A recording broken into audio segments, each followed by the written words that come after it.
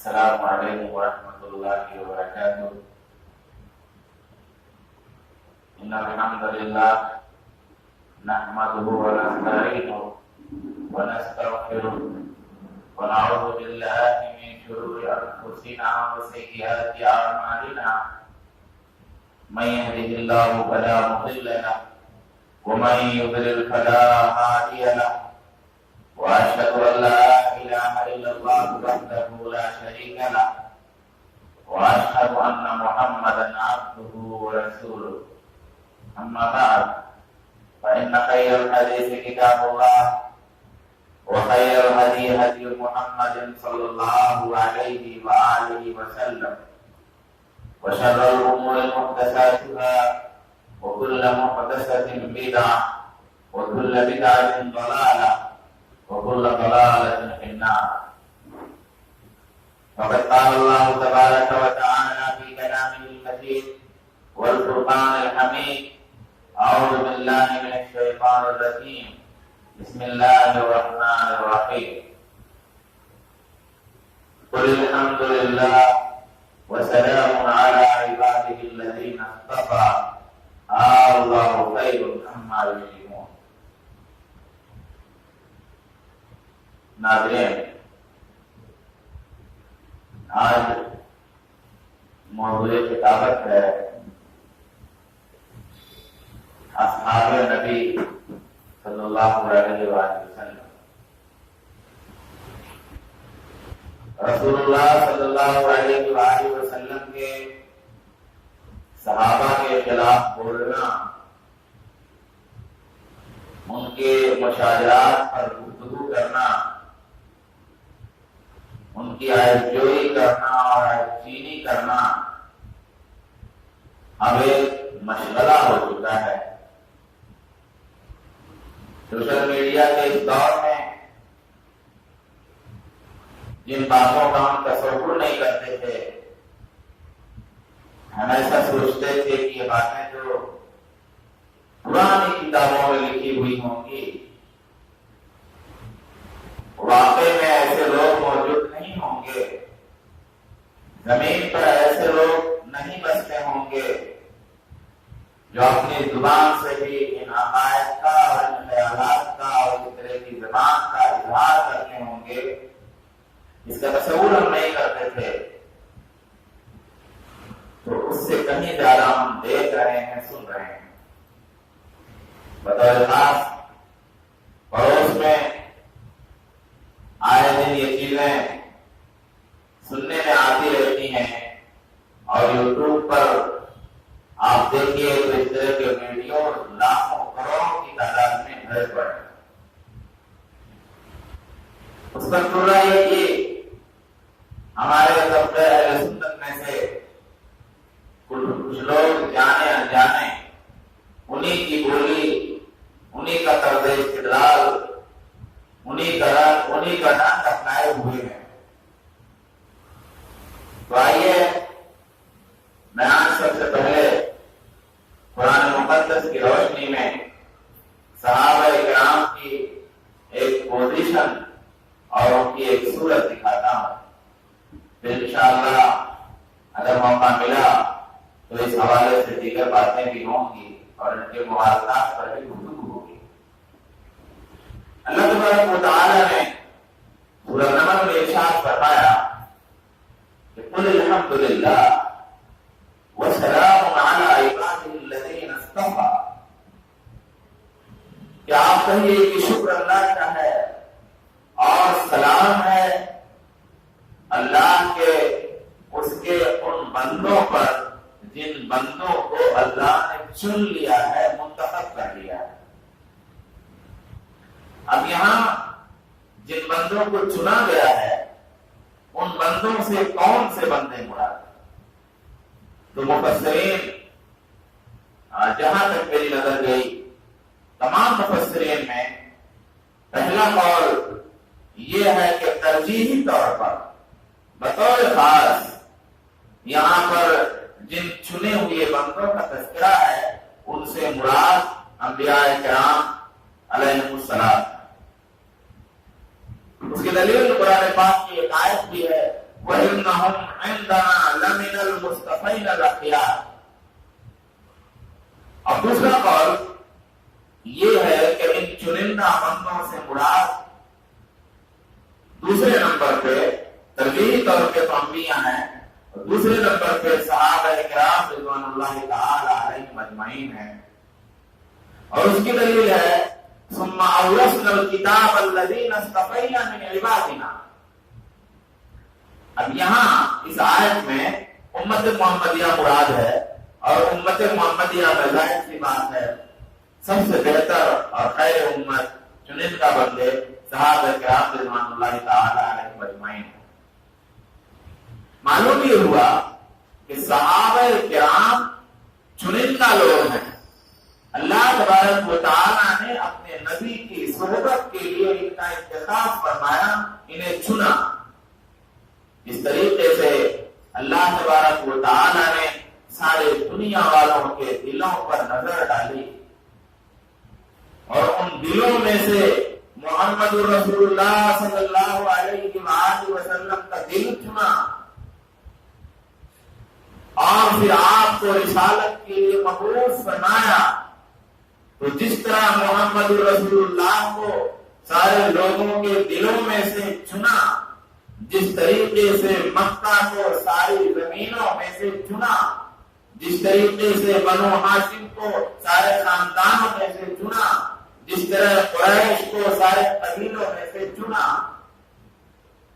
اسی طریقے سے جب رسول کے لیے مٹی کا چناؤ ہو رہا ہے، علاقے کا چناؤ ہو رہا ہے، زمینوں کا چناؤ ہو رہا ہے، جنم دینے والی ماں کا چناؤ ہو رہا ہے، جنم دینے والے باپ کا چناؤ ہو رہا ہے، گھر کا چناؤ ہو رہا ہے، گھرانے کا چناؤ ہو رہا ہے، تو پھر نبی صلی اللہ علیہ وآلہ وسلم کے ساتھیوں کا چناؤ بھی ناگزیر ہے۔ چنانچہ اللہ تبارک و تعالیٰ نے اپنے نبی کی صحبت کے لیے، اپنے نبی کے ساتھ کے لیے حضرات صحابہ کرام رضوان اللہ تعالی علیہم اجمعین کو چنا۔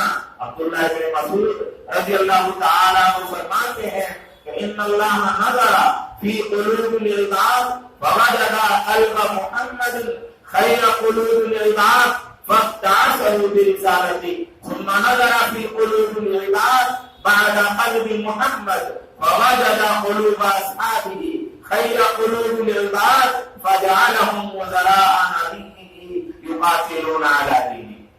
میں نے جو بات ابھی کہی اسی پس منظر میں اور اسی مفہوم میں یہ قول ہے کہ اللہ تبارک و تعالی نے بندوں کے دلوں میں سے محمد رسول اللہ کے صحابہ کا دل آپ کی صحبت کے لیے چنا، جنہوں نے آپ کی مدد فرمائی دین کی تبلیغ میں اور اس کی نشر و اشاعت میں۔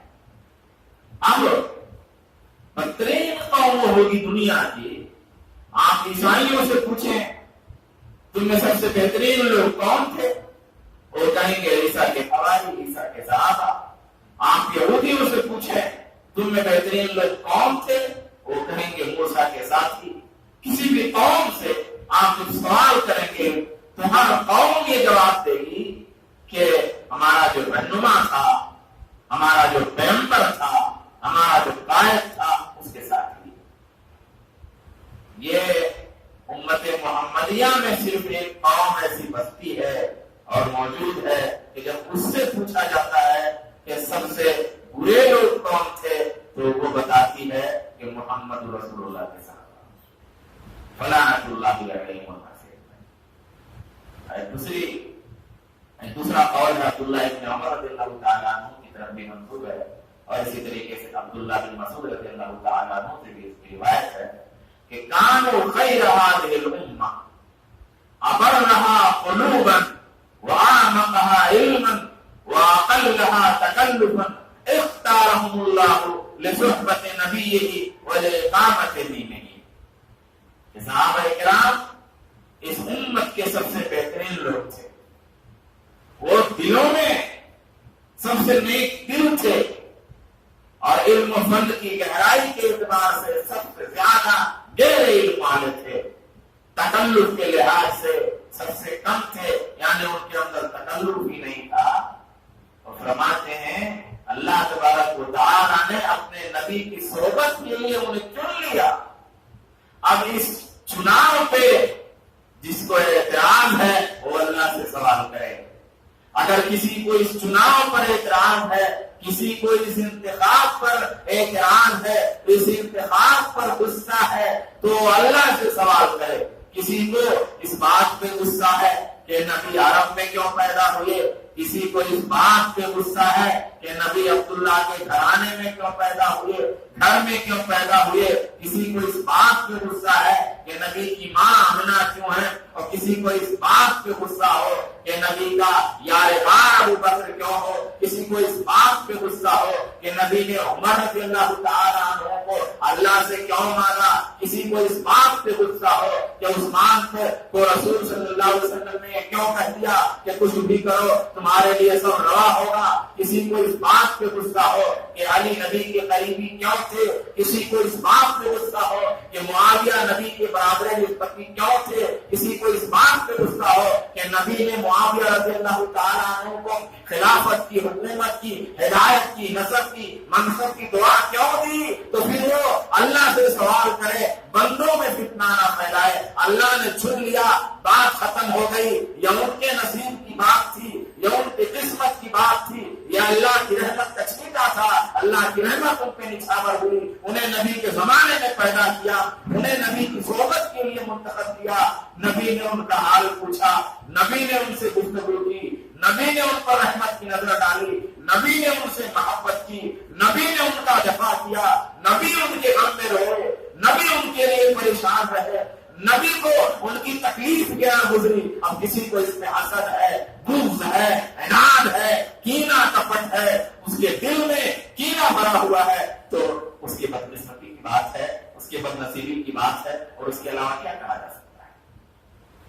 اللہ تبارک و تعالی کا ارشاد ایک دوسری جگہ ہے، محمد رسول اللہ والذین معه اشداء علی الکفار رحماء بینہم تراہم رکعا سجدا یبتغون فضلا من اللہ ورضوانا سیماہم فی وجوہہم من اثر السجود ذلک مثلہم فی التوراۃ ومثلہم فی الانجیل كزرع أخرج شطأه فآزره فاستغلظ فاستوى على سوقه يعجب الضراء ليغيظ بهم الكفار. اللہ فرمایا محمد اللہ کے رسول ہے. والذین معه، اور جو لوگ آپ کے ساتھ ہیں، اشداء علی الکفار، کافروں کے سخت ہیں، رحماء بینہم، آپس میں رحم دل ہیں.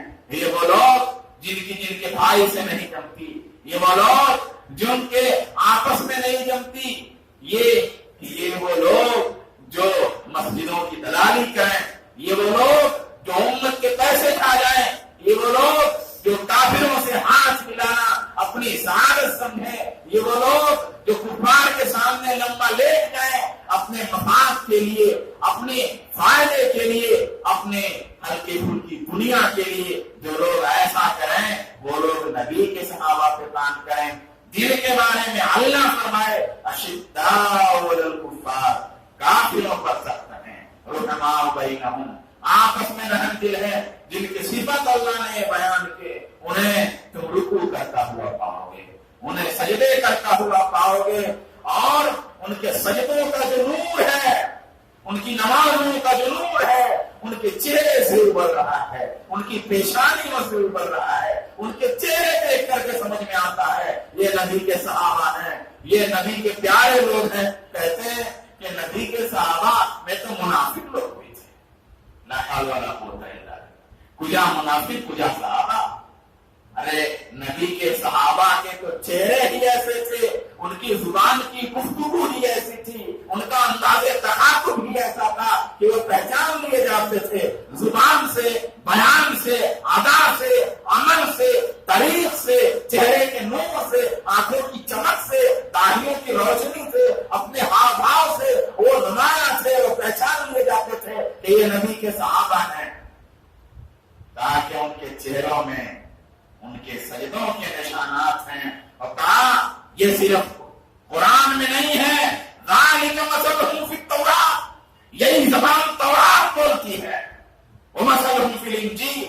یہی زبان انجیل بولتی ہے۔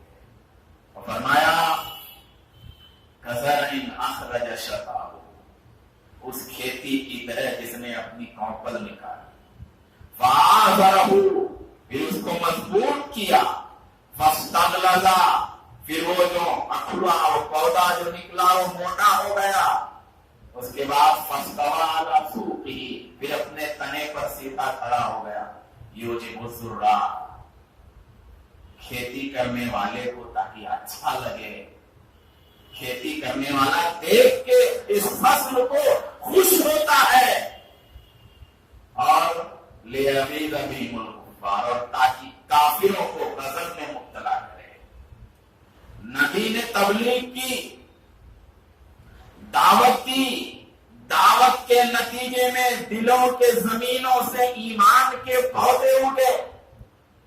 مکے کی زمین نے نبی کی دعوت کی بارش سے، تبلیغ کی بارش سے، نشر دین کی بارش سے، اعلاء کلمت اللہ کی بارش سے مکے کی زمین نے، عرب کی زمین نے اپنے بیج اگانے شروع کر دیے، اور جب بیج اگے تو وہ اگنے والی چیزیں دھیرے دھیرے مضبوط ہوتی گئیں، فاستغلظ، اور موٹی تگڑی ہو گئی، اور اپنے تنے پر وہ فصلیں کھڑی ہو کے لہلانے لگی۔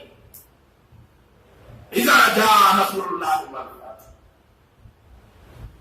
جب نبی نے یہ محنت کی، یہ فصل تیار ہو گئی، تو جیسے جیسے یہ فصل بڑھتی ہے نبی کی آنکھوں کی چمک بڑھتی ہے، جیسے جیسے یہ فصل ہری ہوتی ہے نبی کا دل بھی بہار ہو جاتا ہے۔ لیکن کافروں کو نفرت ہوتی ہے، حسد ہوتا ہے، غصہ آتا ہے۔ اسی لیے امام ابن کثیر رحمت اللہ علیہ امام مالک کے حوالے سے لکھتے ہیں، کہتے ہیں بلغنی ان النصارى كانوا اذا راوا الصحابة الذين فتحوا الشام، امام مالک فرماتے ہیں کہ یہ جو اس آیت میں بات بیان کی گئی کہ ان کی یہ مثال تورات میں ہے، ان کی یہ مثال انجیل میں ہے، تو کہا صحابہ کرام نے جب شام کو فتح کیا اور جب عیسائیوں نے ان کے چہرے دیکھے تو انہوں نے کہا اللہ کی قسم یہ لوگ ہمارے نبی عیسیٰ کے حواریوں سے بہتر لوگ ہیں۔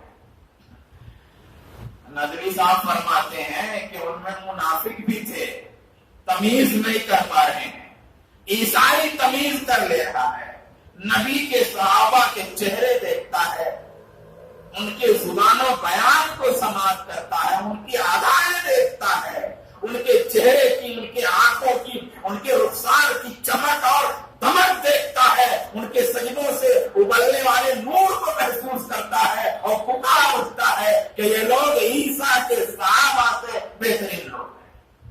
اور ہمارے لوگ کو سمجھ نہیں آتا، وہ کہتے ہیں وہ تو گورنمنٹ تھے، وہ تو فرق ہی نہیں ہو سکتا، اسی لیے اب سب کو جانے دو۔ آئیے امام ابن کثیر رحمت اللہ علیہ فرماتے ہیں امام مالک کے حوالے سے، کہتے ہیں وَمِنْ هَذِهِ الْآيَةِ انتزع الامام مالک فی روایت عنہ بتکفیر الروافض، کہ اسی آیت سے امام مالک نے یہ مسئلہ نکالا ہے، ایک روایت ان سے ہے کہ روافض کافر ہیں، الذین یبغضون الصحابہ، ان میں ان کا استثناء ہے جو صحابہ سے بغض نہیں رکھتے، لیکن رافضی ہے تو بغض رکھے گا ہی، تو کہا جو صحابہ سے بغض رکھتے ہیں ان کی تکفیر کا فتویٰ ہی سے نکالا ہے، کیونکہ قرآن کہہ رہا ہے لیغیظ بہم الکفار، تاکہ یہ صحابہ کے ایمان والوں کی جو ہری بھری فصل ہے اس فصل کو دکھا کر کے کافروں کو غضب میں مبتلا کرے، تو جس کو بھی نبی کے صحابہ سے غضب، حسد، غصہ اور نفرت ہو وہ کافر ہے۔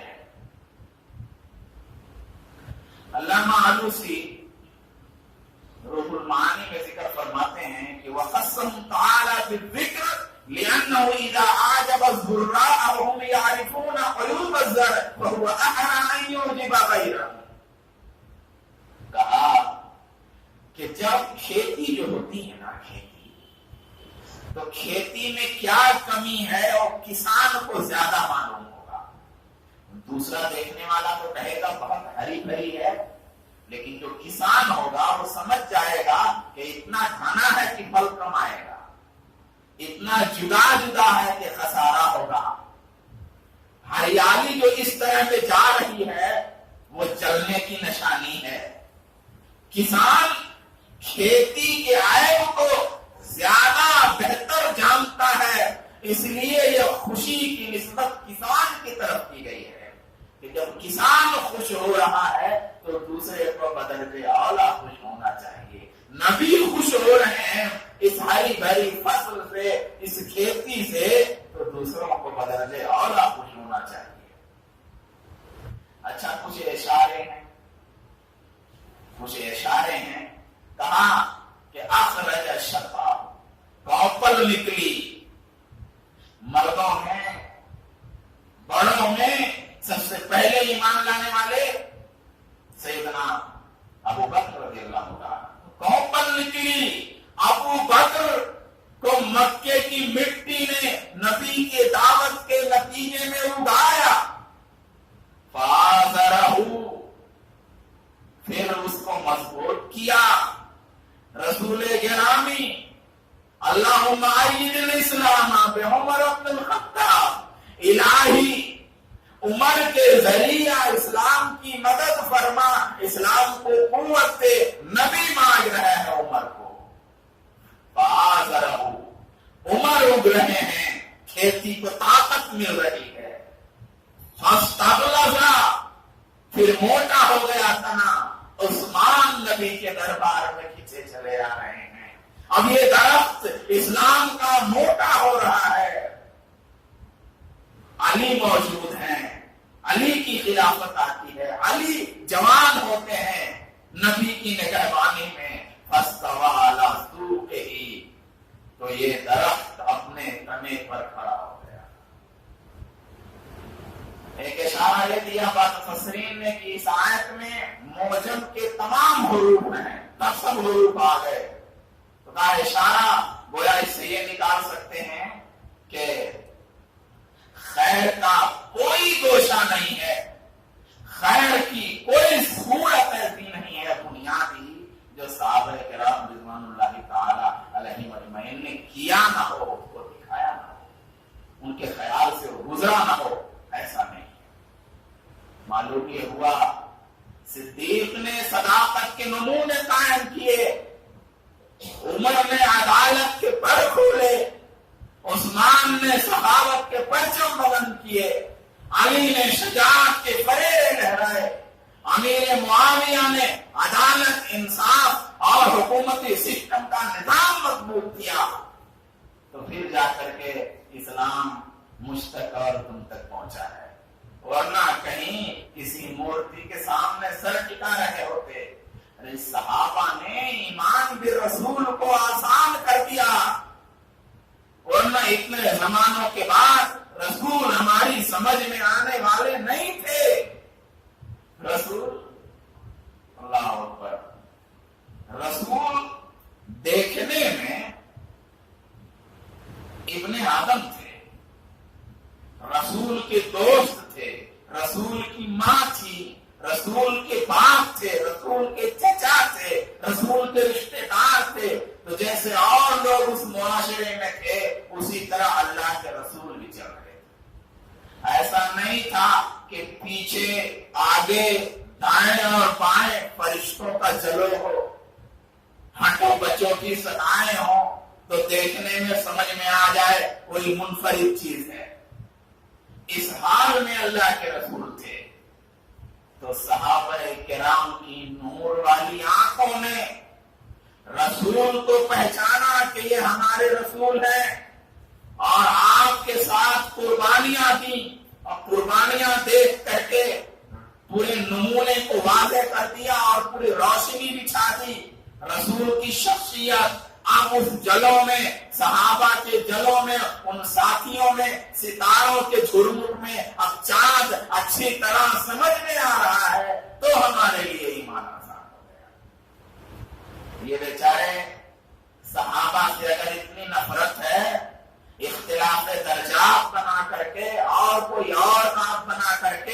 اپنا ایمان ہی سینے سے اٹھا کے پھینکتے نا، کیونکہ جو ایمان ان کو ملا ہے یہ صحابہ کے ہاتھوں سے آیا ہے، صحابہ کے ذریعے سے آیا ہے۔ وہ نہیں ہوتے تو ہم پتہ نہیں مسلمان ہوتے کہ نہیں ہوتے۔ ان کی قربانیوں کو یاد کرو، انہوں نے ہم تک ایمان پہنچانے کے لیے اپنے بچوں کو روتا چھوڑا ہے، ہم تک قرآن کی روشنی پہنچانے کے لیے اپنی بیویوں کو بیوہ کیا ہے، ہم تک قرآن کی روشنی کو پہنچانے کے لیے اپنی ماؤں کا آنچل بھگویا ہے، اپنا خاندان چھوڑا ہے، اپنا گھرانہ چھوڑا ہے، زمینوں کی مسافت طے کی ہے، دریاؤں کی روانی پہ سوار ہوئے ہیں، دھوپ کی شدت برداشت کی ہے، آسمان سے اترنے والے سورج سے نکلنے والے دھوپ کو برداشت کیا ہے، ریتیلی زمینوں پہ چلے ہیں، لمبی لمبی زمینوں کی خاردار سفر، وحشتناک جنگلوں کو طے کیا ہے، خطرناک وادیوں کو طے کیا ہے، بلند بالا پہاڑوں کی وحشتناک اور خطرناک مسافتوں کو طے کیا ہے، اپنی جان کو خطرات میں ڈالا ہے، خطروں سے کھیلا ہے، اور نبی کا دیا ہوا نور اپنے دونوں میں ہاتھوں میں لے کر کے دریا دریا، کوچا کوچا، نگر نگر، شہر شہر، ملک ملک دوڑے ہیں، پیدا مدینے میں ہوئے، قبر کہیں اور ہے، پیدا مکے میں ہوئے، مزار کہیں اور ہے، دنیا کے کونے کونے میں پھیل گئے، اور نبی نے جو روشنی ان کے ہاتھوں میں کمائی تھی اس کو تھام کر کے پوری دنیا میں بکھیرنے کے لیے اپنی جان کی قربانی دی، اپنی مال کی قربانی دی۔ پھر جو ہے تفریق بیان کرتے ہو صحابہ میں، تمہارے نزدیک کچھ صحابہ کے علاوہ باقی صحابہ کی کوئی حیثیت نہیں؟ بتاؤ، ہندوستان میں، پاکستان میں، بنگلہ دیش میں، ملیشیا میں، سری لنکا میں اور ان تمام ملکوں میں کیا ابو بکر آئے تھے؟ کیا فاروق اعظم آئے تھے؟ کیا عثمان غنی آئے تھے؟ کیا سیدنا علی مرتضی آئے تھے؟ کیا حضرت حسن و حسین آئے تھے؟ کیا زبیر و طلحہ آئے تھے؟ کیا عبد الرحمن بن عوف آئے تھے؟ کیا خالد بن ولید آئے تھے؟ پڑھو، تم تو علم والے ہو، تمہیں تو آتا ہے، کر رہا ہے علم کا۔ تم دیکھو کہ لوگ آئے تھے کون؟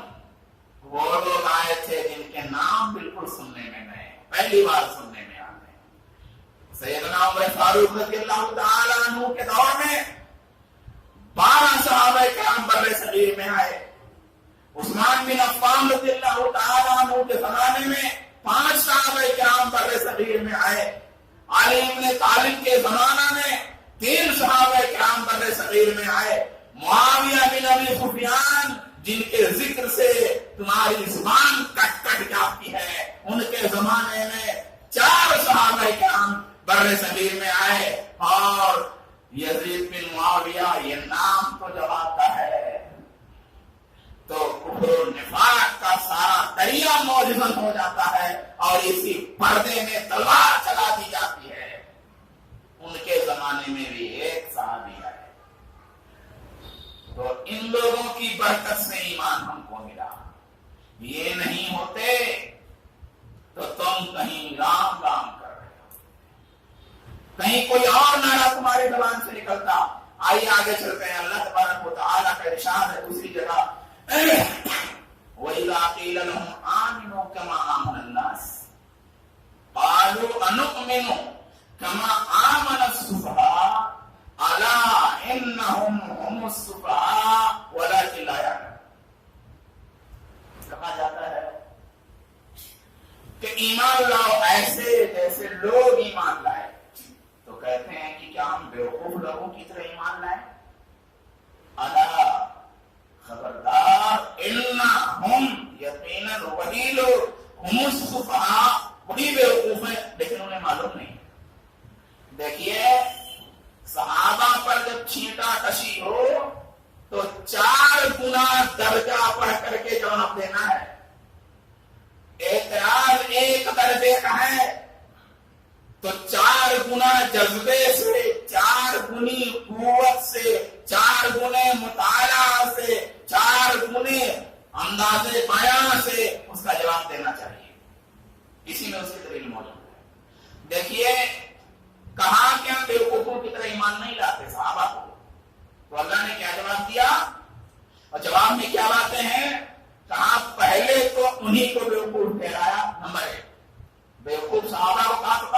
یہی ہیں، تو انہیں بیوقوف ٹھہرایا۔ دوسرا کہا یہی بیوقوف ہیں، ان کے علاوہ دوسرے لوگ بیوقوف نہیں ہیں، یہ دوسری چیز۔ تیسری چیز علم کی نفی کی کہ ان کے پاس علم نہیں، انہوں نے صرف بیوقوف کہا تھا، لیکن یہاں کہا کہ یہ علم نہیں، ان کو جاہل لوگ ہے، اور پھر ان کو جھٹلایا، ان کے دعویٰ کی تکذیب کی۔ یہ 4 پوائنٹ لے کر کے صحابہ کا دفاع اللہ تبارک و تعالیٰ، تو دفاع صحابہ تو اللہ تبارک و تعالیٰ کر رہا ہے۔ اللہ تبارک و تعالیٰ اپنے رسول کے ساتھیوں کا دفاع، جس طرح قرآن میں نبی کا دفاع کیا، انک لعلی خلق عظیم، جس طرح نبی کا دفاع کیا اسی طرح نبی کے صحابہ کا دفاع کیا۔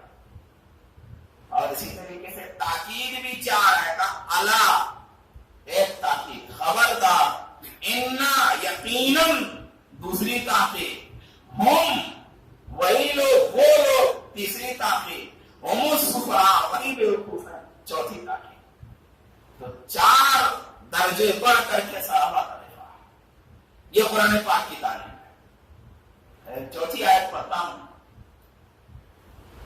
کچھ لوگ کہتے ہیں کہ یہ فتح مکہ سے پہلے اسلام لائے اور یہ فتح مکہ کے بعد اسلام لائے، ٹھیک ہے، کہتے ہیں آپ بتاؤ فتح مکہ کے بعد والوں کا وہ مقام ہے جو فتح مکہ سے پہلے والوں کا ہے؟ نہیں ہے۔ یہاں تک بات صحیح ہوتی ہے، لیکن پیترا بدلتے ہیں اور اس طرح کہتے ہیں کہ انہیں نبی کی صحبت اتنی نہیں ملی، نبی کا ساتھ اتنا نہیں ملا، مزاج ان کا پختہ نہیں ہوا، نیکی میں اتنے کارگر نہیں ہو سکے، اور پھر یوں گھما کر کے نبی کے صحابہ کی بے عزتی کرتے ہیں۔ تو یہ تفریق شیطانی ہے، یہ شیطان والی تفریق ہے۔ ربانی تفریق کیا ہے وہ سماعت فرمائیں۔ اللہ فرماتے ہیں لا يستوي منكم من انفق من قبل الفتح وقاتل اولئك اعظم درجة من الذين انفقوا من بعد وقاتلوا۔ کہا کہ جو لوگ فتح مکہ سے پہلے ایمان لائے، خرچ کیا اور قتال کیا، ان کے برابر وہ لوگ نہیں ہیں جو فتح مکہ کے بعد قتال کیے اور خرچ کیے۔ ایمان کا ذکر ہی نہیں کیا، کیونکہ ایمان تو اتنی کلیئر ہے کہ کچھ کہنا ہے نہیں۔ عمل کا ذکر کیا، کہاں دونوں برابر نہیں ہیں۔ ایمان کا نہیں ذکر کیا، یہاں ایمان کا کوئی عمل کا ذکر کیا کہ دونوں کے عمل میں فرق ہے، یعنی ان کے عمل کے اجر میں اور ان کے عمل کے اجر میں برابر نہیں ہے، دونوں عمل کے اجر میں برابر نہیں ہے۔ اس کے بعد کیا فرمایا؟ کہا لیکن وَكُلًّا وَعَدَ اللَّهُ الْحُسْنَىٰ، لیکن اللہ نے ہر ایک سے جنت کا وعدہ کیا ہے۔ وَاللَّهُ بِمَا تَعْمَلُونَ خَبِيرٌ، اور تمہارے ہر عمل سے اللہ خبردار ہے۔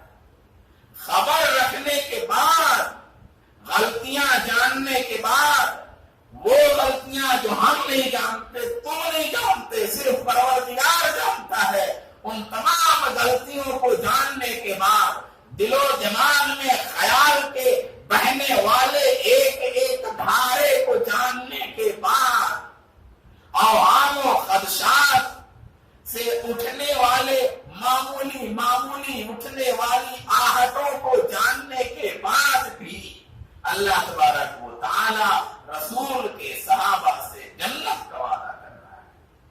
اللہ اکبر۔ اب کچھ لوگ کہتے ہیں کہ بھائی دیکھیے، یہ صحابہ کی غلطی بیان کرنے سے کچھ فرق نہیں پڑتا، فلاں صحابی نے غلطی کیا، فلاں صحابی نے غلطی کیا، اس کو بیان کرنے سے کوئی فرق نہیں پڑتا۔ ہم بھی کہتے کوئی فرق نہیں پڑتا۔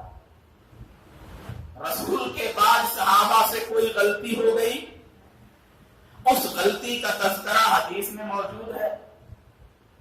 ایک صحابی سے غیر معروف ہیں، معروف نہیں ہے، زنا سرزد ہو گیا، اس کا تذکرہ حدیث میں موجود ہے، رجم کیا گیا، انہوں نے توبہ کیا، کی فضیلت بھی ہے اس گناہ کے باوجود. اور کسی صحابی نے کوئی غلطی کی, کسی سے کوئی سہو ہو گیا بولنے میں, کہنے میں, سننے میں, حضرت خالد ابن ولید رضی اللہ تعالیٰ عنہ اور عبد الرحمن بن عوف رضی اللہ تعالیٰ عنہ ایک مسئلے میں تھوڑی سی کہا سنی ہو گئی, تھوڑا سا اختلاف ہو گیا, اس کا تذکرہ روایات میں موجود ہے. اس طریقے سے بہت ساری چھوٹی موٹی لغزشیں جو صحابہ کرام سے سرزد ہو گئی ان کا تذکرہ روایتوں میں موجود ہے. وہ جتنا بیان ہے اتنا ہم پڑھتے ہیں, گزر جاتے ہیں, وہاں کوئی تبصرہ نہیں کرتے. لیکن یہاں اول جو غلطی موجود نہیں ہے اس غلطی کو گھما پھرا کر کے نکال کر کے بنانا اور پھر اس کی فہرست بنانا اور فہرست بنا کر کے اس کو بیان کرنا, بیان کرنے کے بعد اس پر تبصرے کرنا اور پھر اس کے نتائج اپنی طرف سے نکال کر کے پیش کرنا, یہ بھی کوئی بات ہے. اگر ہم یہ کہتے ہیں کوئی فرق نہیں پڑا تو ٹھیک ہے, کوئی فرق نہیں پڑا.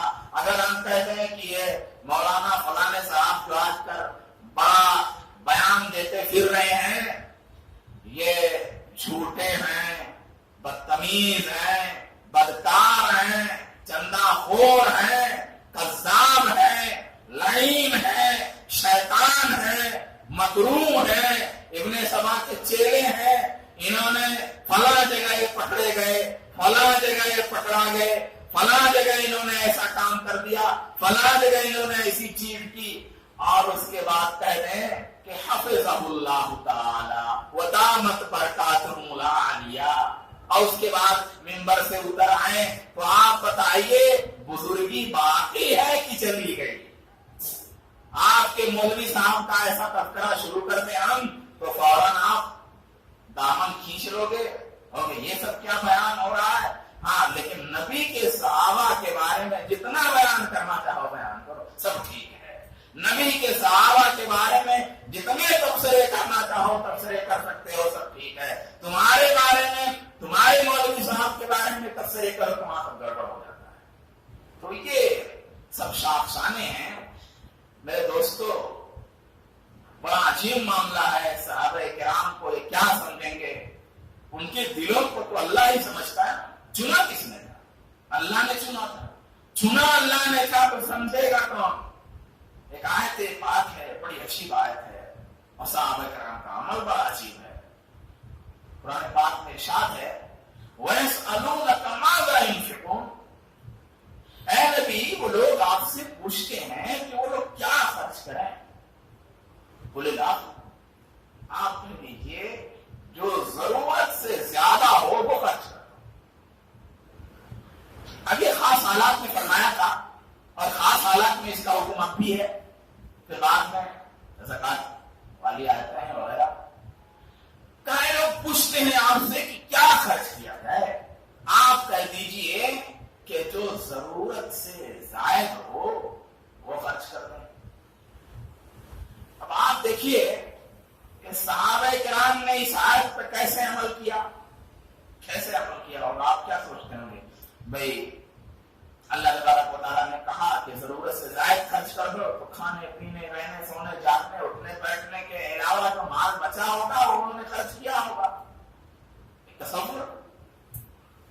لیکن بڑا عجیب ہے, اللہ نے چنا تھا نا ان صحابہ, اپنے نبی کی صحبت کے لیے چنا تھا, اپنے دین کی نشر و اشاعت کے لیے ان کا امتحان کرنا. یہ اللہ کا امتحان ہے, اللہ کا امتحان ہے. بس کہا قل العفو, کہہ دیجیے جو ضرورت سے زائد ہو وہ خرچ کریں. اللہ اکبر. تو صحابہ نے ضرورت سے زائد نہیں اپنی ضرورتیں خرچ کر, ضرورت سے زائد نہیں اپنی ضرورتیں خرچ کر دی, اپنی بھوک خرچ کر دی, اپنی پیاس خرچ کر دی, اپنا لحاظ خرچ کر دیا, اپنا پیالہ خرچ کر دیا, اپنا کھانے کا برتن خرچ کر دیا, اپنے گھر کی چھت لٹا دی, اپنی کرسیاں لٹا دی, اپنے تخت لٹا دیے, اپنے تاج لٹا دیے, اپنے بدن کے کپڑے لٹا دیے, اپنے زیور اور سونے لٹا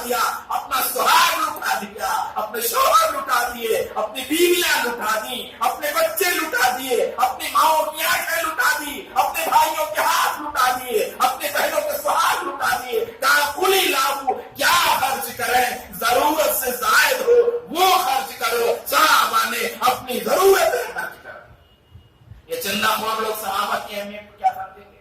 یہ مطاع کی اولادیں صحابہ کرام رضوان اللہ تعالی علیہم اجمعین کا مقام کیا سمجھیں گی؟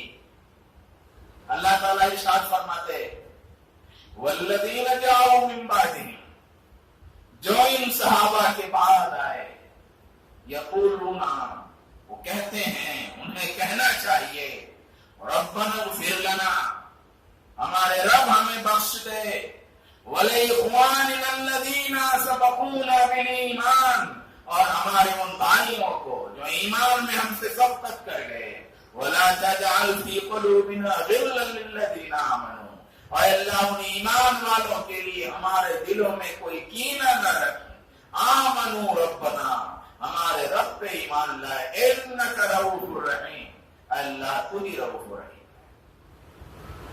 عبداللہ بن مسعود رضی اللہ تعالیٰ عنہ فرماتے ہیں کہ اللہ نے مسلمانوں کو اصحاب محمد کے بارے میں حکم فرمایا ہے کہ ان کے لیے استغفار کریں، دعا کریں، حالانکہ اسے معلوم تھا کہ آپس میں اختلاف ہوگا، حالانکہ اسے معلوم تھا جنگ جمل ہوگی، امیر معاویہ رضی اللہ تعالیٰ عنہ سیدنا علی رضی اللہ تعالیٰ عنہ کے درمیان اختلاف ہوگا، سیدنا عائشہ رضی اللہ عنہ اور سیدنا علی رضی اللہ تعالیٰ عنہ کے درمیان اختلاف ہوگا، اور چھوٹے چھوٹے معاملات ہوں گے، غلطیاں ہوں گی، سہو سرکت ہوگا، یہ سب اللہ کو معلوم تھا، اس کے باوجود اللہ تبارک و تعالیٰ نے ان کے حق میں دعا کا اور استغفار کا حکم دیا، اور ان کے ایمان کی گواہی اللہ تبارک و تعالیٰ نے۔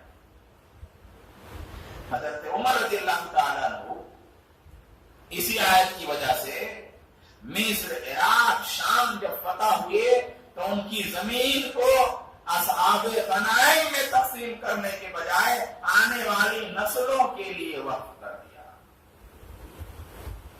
اللہ کے رسول فرماتے ہیں من سب اصحابی فعلیہ لعنت اللہ والملائکۃ والناس اجمعین، جو میرے صحابہ کو برا بھلا کہے، گالیاں نہیں، برا بھلا کہے، اس پر اللہ کی لعنت ہو، فرشتوں کی لعنت ہو، اور تمام لوگوں کی لعنت ہو۔ طبرانی نے اسے روایت کیا ہے اور علامہ البانی نے اس روایت کو صحیح قرار دیا ہے۔ یہ ایک تصویر بنتی ہے صحابہ کرام رضوان اللہ تعالی علیہم اجمعین کی قرآن پاک کی روشنی میں۔ اب یہ ہمارے لوگوں میں سے کچھ لوگ یہ کہتے ہیں کہ صحابہ میں منافق بھی تھے، قرآن منافق صحابہ کے بارے میں کیا کہتا ہے، ولا حول ولا قوت الا باللہ۔ بھائی منافق صحابی نہیں ہے اور صحابی منافق نہیں ہے۔ رسول صلی اللہ علیہ وآلہ وسلم کے صحابہ کے دائیں بائیں جو منافق یا منافق صفت لوگ تھے، انہیں اللہ نے اور اللہ کے رسول نے کبھی صحابہ میں شمار ہی نہیں کیا، اور کوئی منافق معروف نہیں رہا، تو منافق کہو تو کس کو؟ کسی منافق کا کوئی عمل امت کو نہیں آیا، کسی منافق کا کوئی قول نمونے کی حیثیت سے نہیں آیا۔ اگر کسی منافق کا قول امت کو پہنچا بھی ہے تو رد کے لیے، یعنی صحابہ نے وہاں رد کیا ہے، قرآن نے وہاں رد کیا ہے، رسول نے وہاں رد کیا ہے، تو کسی منافق کا کوئی قول اگر امت تک پہنچا بھی ہے تو اس پر قرآن کا، رسول کا، صحابہ کا رد موجود ہے۔ اس کے سوا کسی دوسری شکل میں کسی منافق کا ایک قول، ایک عمل، ایک خیال، ایک وہم امت تک باریاب ہی نہیں ہوا پہنچنے میں، اس کی امت تک رسائی ہی نہیں ہوئی۔ جن کے نام صحابہ کرام نے کے ذریعہ قرآن اور رسول اور صحابہ کرام کے ذریعہ ہم کو معلوم ہو گئے، ان کے نام بھی نہیں پتا ہے، ان کا نام، ان کا کام، ان کا عمل، ان کی بات سب منو مٹی کے نیچے دفن ہو گئی، تو پھر تم کہاں تلاش کرنے چلے صحابہ کے درمیان منافق کو؟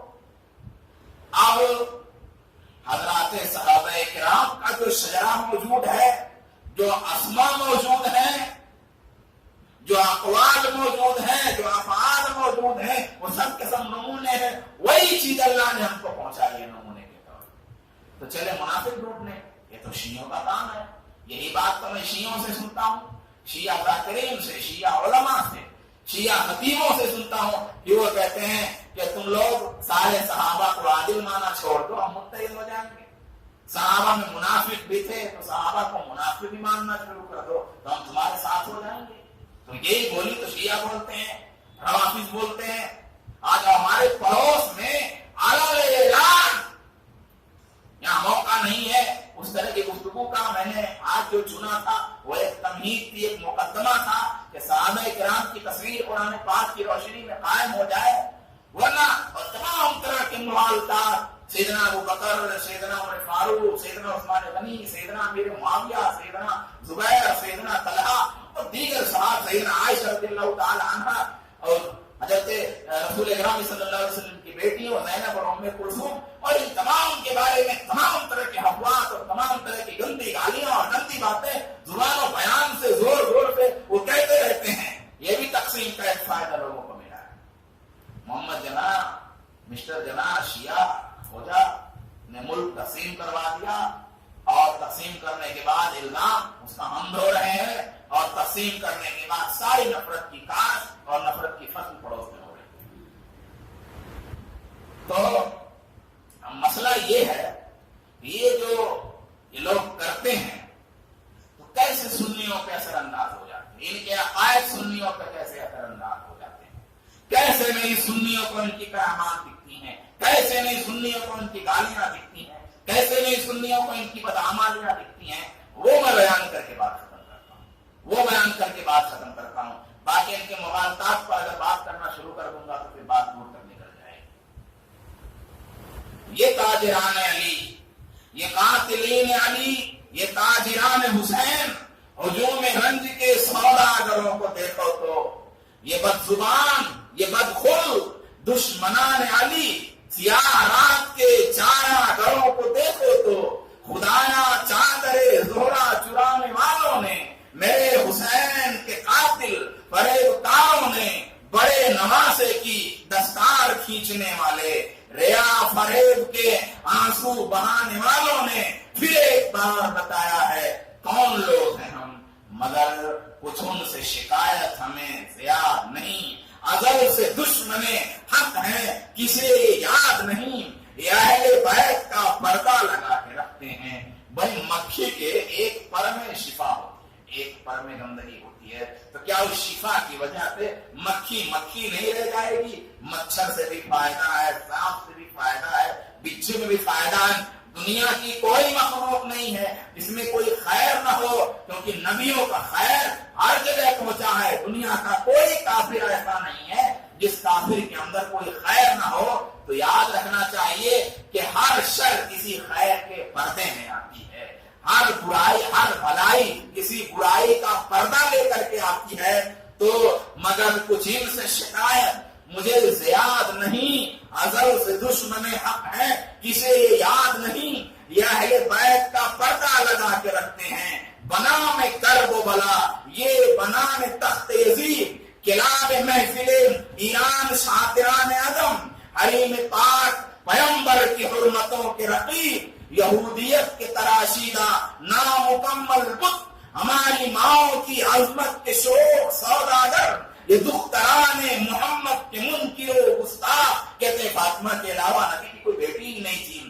یہ دختران محمد کے منکر و گستاخ، رقیہ، زینب و کلثوم زوج عثمان، میرے نبی کے گھرانے سے دشمنی کے حلیف، فروغ ملت بیضا کے نام تھی سیاح، رسول پاک کی عظمت سے کھیلنے والے، نہ عائشہ نہ ابو بکر، حمزہ و عثمان، خمار زینب و سودا، کہ یہ حدیث و قرآن، ابو حنیفہ و مالک، بخاری و مسلم، بتاؤ کون بھلا ان کے تیز دانتوں سے کوئی بچا ہو کہیں پر تو مان لیتا ہوں.